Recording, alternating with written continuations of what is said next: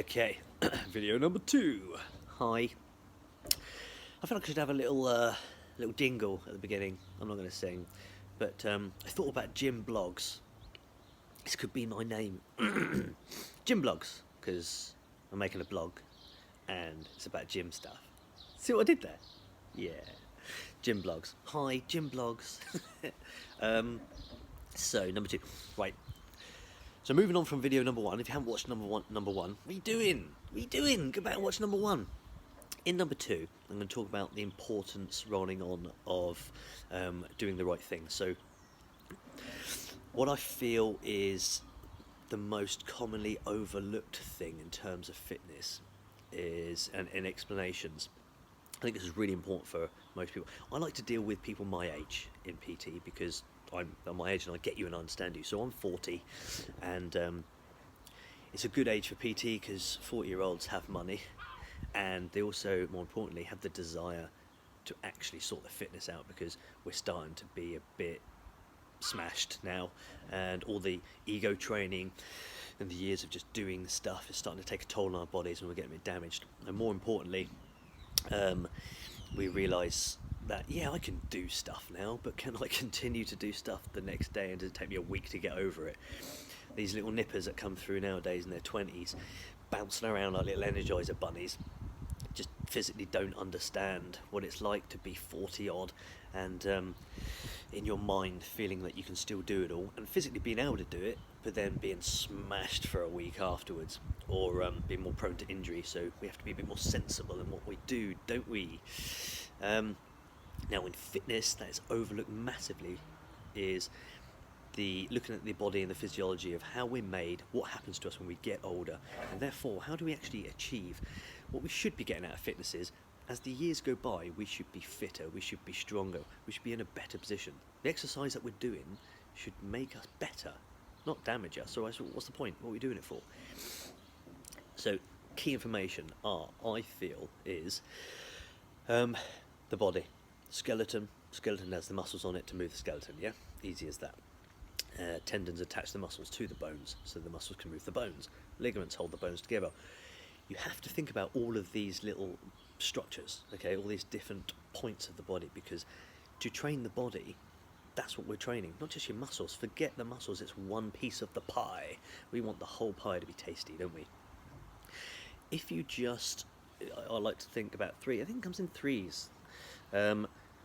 So if we think about the muscles, and then the bones, and then the tendons, mainly, then they're really, really important, because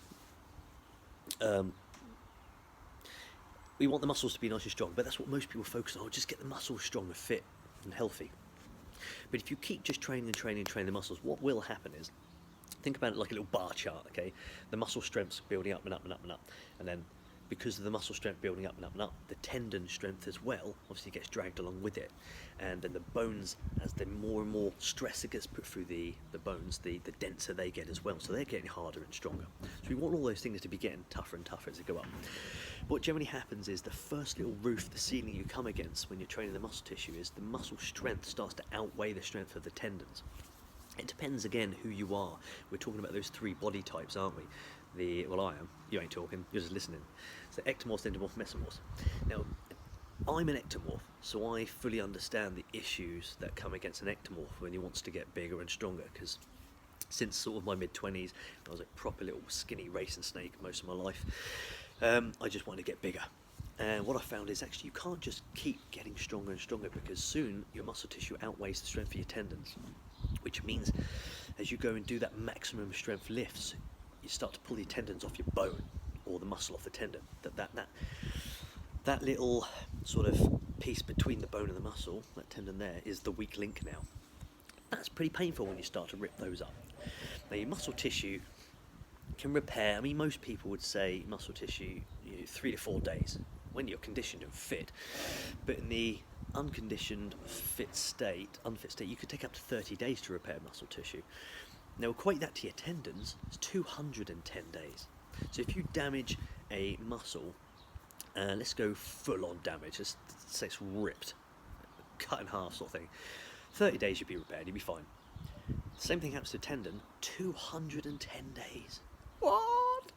So the repair time is much slower, but you have to go through it, because either you say, okay, well, that's as strong as I'm going to get, I can only lift, hypothetically, let's say 30 kilo now, and I can't lift anymore because the tendon starts to rip up, or do we say, well, that's my weak link, that's what I'm now training, keep going at it. Repair time's an awful lot slower, and then once that tendon gets stronger, now you've got this ability to make the muscle tissue stronger again. That will keep going until you get to the really painful stuff, is when your bone becomes the weakest link. I particularly have issues with it in my arms, my skinny little ectomorph arms. If I'm doing some heavy curls, particularly on like a preacher bench, and my bones are becoming the weakest point, I can feel actually my bones flex. You feel them flexing, just bending as I'm picking the weight up. It's excruciating, but what's your choice? Do I want to keep going with that and wait for my bones to densen up, become really strong and no longer the weakest link, and then can increase the rest of it, or not? So this is an ectomorph's problem. Endomorphs is probably never going to be an issue. Bulletproof bones and joints. You know, it's not going to be a problem for you guys. And very rarely for a mesomorph either. So, you know, you need to understand all these little problems, issues and traits to be able to work around them or work through them. Now, next thing's really important to find: muscle tissue. Muscle tissue isn't just muscle tissue. You've got two types of muscle tissue, type 1 and type 2. You've probably heard it more commonly in your fast twitch and slow twitch muscle fibers. But what we're really talking about is your type 1 muscle fibers is pretty much what most people, conventional training, are training. But we have roughly 50-50 of each. Up until the ages of 10, you have this free-flowing form of ability to develop more type 1 or more type 2. But then when you reach roughly 10-ish, your body sort of locks in at that point and says, okay, this is what we've got. And for the rest of your life, that is the percentage that you will have. And there's nothing you can do about that. You can just build them up to be fitter and stronger, each one. So the average person doesn't do any specific training in their younger years towards one thing or the other. We'll have about a 50-50 makeup. If we look at Usain Bolt, for instance, I can pretty much guarantee in his younger years, that guy must have been sprinting everywhere. Maybe lots of hills, or maybe just lifting heavy things, doing lots of heavy squats or whatever. But something that really developed his type 2 muscle fiber development, that's speed, explosive muscle fibers. And then let's go to your Mo Farahs for the opposite. Maybe he had a long paper round. Maybe his school was many miles away.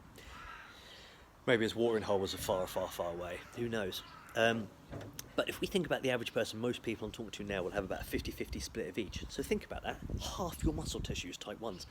So if you're only doing one type of training, which most people do, they come into the training and that's it. It never really alters and changes. It's only half your muscle tissue developed, which means you could be 100% bigger or better than you are now by working on the other 50%. Now, the importance here on getting on, and I want you to understand this, a lot of this might seem like, oh God, he's going on, but if you don't understand the basis and foundations of this, you'll struggle to do the actual work or fight through it when it gets hard. Why is it really important to understand this? As we get older, our type 2 muscle fibers deteriorate and waste away, okay? So the older we are, the less type 2s that we all have. Why is that an issue? Because type 2 muscle fibers are your fast-acting, fast-twitching, explosive muscle fibers. Those are the ones that are going to react and break your fall if you fall over. Let's think about the old codger that's about to fall over for whatever reason, because he's old, right? And they go to break their fall, go and catch out that quick reaction. Ooh, break my fall. It's your type 2 muscle fibers firing up to act quickly and get your hands underneath you to break your fall, whatever. Now, if you haven't trained them and they're slowly depleting away, then the chances are, A, you're not going to have much of that muscle fiber to react anyway, so you might not even get your hands out quick enough to break your fall. Or B, if they do go and get you there, they're not going to be strong enough to actually take that impact. Hence, you'll break a hip or whatever, okay? So, it's bloody cold out here. It looks like it's really nice, but it's not. So, yeah, very important to train your type 2 muscle fibers. So thinking about that, you know, well, think about it. Okay, so How do you train your type 2 muscle fibers? This is the key thing. There's only two ways to train your type 2 muscle fibers. Fast or heavy, okay? So you can do explosive work, plyometric work, that sort of thing, or you can lift heavy. What does heavy mean? Because heavy is a relative term, isn't it? You could lift something that you think, oh, it's really heavy, and I can think it's really light, or vice versa. Heavy means to you, the individual, something you cannot lift more than 3 times in a row. Okay? If you can lift something 4 times, it's not heavy. You might say as a just general term, oh, but it is heavy. Yeah, not to your body, it's not. It doesn't come into the category now of firing up your type 2 muscle fibers. So who should do that sort of training? Everyone, if you want to prepare for older age. But now, think about this. So, heavy training, you're looking at squats, deadlifts, bench press. Just those 3 alone probably takes care of pretty much everything. You know, that the bench press, everything in our life is in front of our body. That's how we are built, we made. Everything's done in front of your body. So, you know, the ability to push things away from you, whether it's just opening a door, pushing someone out of the way of you, or stopping something falling on you, rolling into you, whatever. It's all done in the front of your body. So get away from thinking like, you know, these are male ego muscles, these are bodybuilder muscle training exercises, bench press. It's not. It's just pushing something away from you.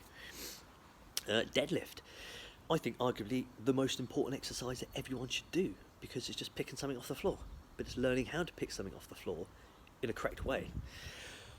Or more maybe creating conditioning in the body and the rear chain to be able to cope with accidentally picking something up the wrong way. You know, it's just about being prepared. And squats, bending down, standing up. You know, these are just simple fundamental movements. Now, who should do these sorts of exercises? What's the main demographic of people that should do these more than anyone else? I was on a postcard. Old ladies. This is the funny, weird little thing about it. Who's the least likely to go into a gym and do some bodybuilding, powerlifting type, you know, heavy weightlifting exercises? Old Mrs. Marple, you know, some old granny coming in there, put her knitting down to the side, starts bashing out some deadlifts and some bench press. But it's true, because old ladies are the ones most susceptible to osteoporosis, you know, brittle bone syndrome. How do you densen up those bones to keep them strong? Heavy lifting, some impact, some explosive work. So imagine seeing like your 70-year-old granny. Imagine your granny right now busting out some plyometric squats, some box jumps, some heavy deads, lifting something that's like probably her own body weight. Most people would go down the road of going, oh, what are you doing? Stop. No, not at all. Do it correctly. That's the only issue. Don't do it. How is that a good advice? I remember hearing really well put together. Mark Hooks, absolutely phenomenal personal trainer, one of the very few PTs in the world that I actually really respect. Owner of the best boot camp in the whole of the country, Reboot Dorset. Fact, look it up.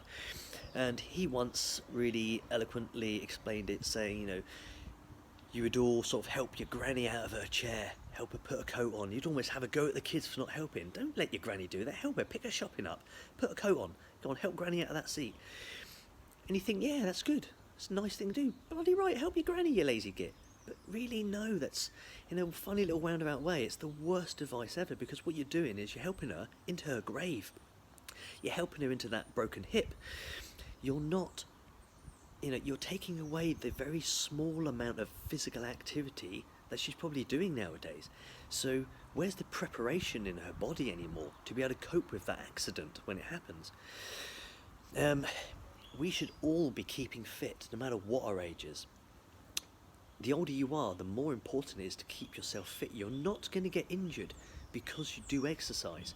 You're going to get injured because you did it incorrectly. You did it unsafely. You know, you sort of train towards your ego rather than your sensibility. You've got to work with your true strength, not your compensatory strength, I like to call it. Meaning something you can actually truly lift in a good, strong, safe way. You all know that you can look at something and think, yeah, I can lift that up easy. Or you could look at things and think, oh, I don't know. yeah, I'll do it. I can get that up. I'll get that up. Somehow that's getting up. I can do this. Is that safe? You probably could get it up, but at what benefit? Do you back in doing it? Did you break something, pull something? That's you compensating on good, strong, true form just to get the end result of lifting that. Is it worth it? So much training, and when I walk through a gym nowadays, that's all I see is, okay, mainly in the, it's the egos, isn't it? It's the youngsters. We're all probably victims of that. I know I certainly have been for a lot of time in my life, and now and again still am when the childish ego comes out. But it's all I see now is just compensatory lifts everywhere.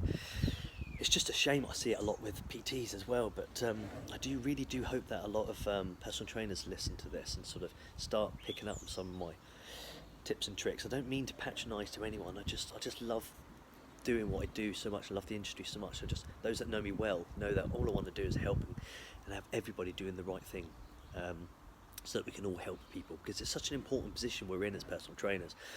People entrust their lives with us, their safety, their health with us, because they don't know, so they look towards us to give them that knowledge and give them those goals safely. And yet I don't see that safely element in the training nowadays. I really don't. It's a shame. So yeah, your training should consist of the three facets to three, with some subcategories, really facets of categories of your training. Three different energy systems. It's cold, I'm shivering. 3 energy systems in the body we need to look at for a good, solid, all-round training program are your speed, your strength, and your endurance. No surprise that those things link into what I spoke about in number 1. Remember, with the different body types, your ectomorphs, endomorphs, and mesomorphs. Each one carrying those different traits, pros and cons towards one of those things. So what you tend to find is most people do what their pro is, i.e. people that love running. No surprise they're probably ectomorphs, or a darn good mixture of mainly ectomorph. Maybe some ectomorphs and some mesomorph or whatever. People that just love their training and lifting heavy things. Endomorphs, people that just love speed work or throwing things or jumping, basketball players, javelin, discus, shot put, all those explosive things, sprinters. They're your mesomorphs. Why? Because we like to do things we're good at, don't we? If we're good at something, we enjoy it and makes us feel happy, so we do it more. And the more we do it, the better we get at it, and then no surprise we want to keep doing that. We say, this is our thing, this is what we do, this is what I do. But the weird thing is we should be doing our weaknesses. What we're not good at, that's what we should be doing. I am a fantastic runner, okay? I'm not being cocky or big up here. I'm just, for my genetics, for my body, I'm built for running. I've been a fantastic runner through most of my sort of teens and 20s, and very rarely got beaten. Brilliant. But I find it hard to boast about that because I never really trained for it. I just have this genetic ability because I'm an ectomorph. It's as simple as that. What I'm not very good at, and used to really hate and bug, was anything to do with strength. When I was in the army, I used to really struggle just picking up my bag, putting it on my back. I used to have to get friends to help me stand up sometimes because it weighed more than me, not far off actually. So I wrongly didn't do any strength training because I thought it was rubbish at it. It was embarrassing. But since about mid-20s, 26, I got into bodybuilding because I decided I want to start doing something about this. And now, I'd say I've probably got more of a body trait of a mesomorph, and most people who don't know me would look at me and say I'm probably more of a mesomorph. But that's where my pride is now. I'm proud of that because I've worked so hard to move away from my weaknesses as an ectomorph into another body type that I'm really not, towards more of an endomorph strength and mesomorph sort of physique looking, that more athletic physique of leanness and strength. But is it easy for me to get? No. Is it easy to maintain? So difficult. But there's my pride. I take pride in that now. I take pride in the self-challenge of trying to hold on to something that is very, very difficult. I could just be lazy, do not much training, lose 2 or 3 stone within a couple of months and just say, I'm a runner, that's what I do. But I wouldn't internally be proud of myself there. I want to do my weaknesses.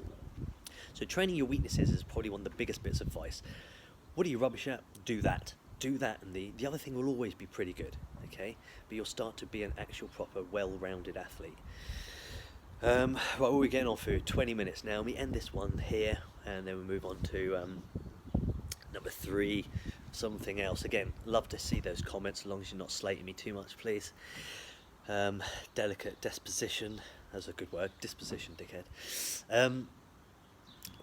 Bye bye.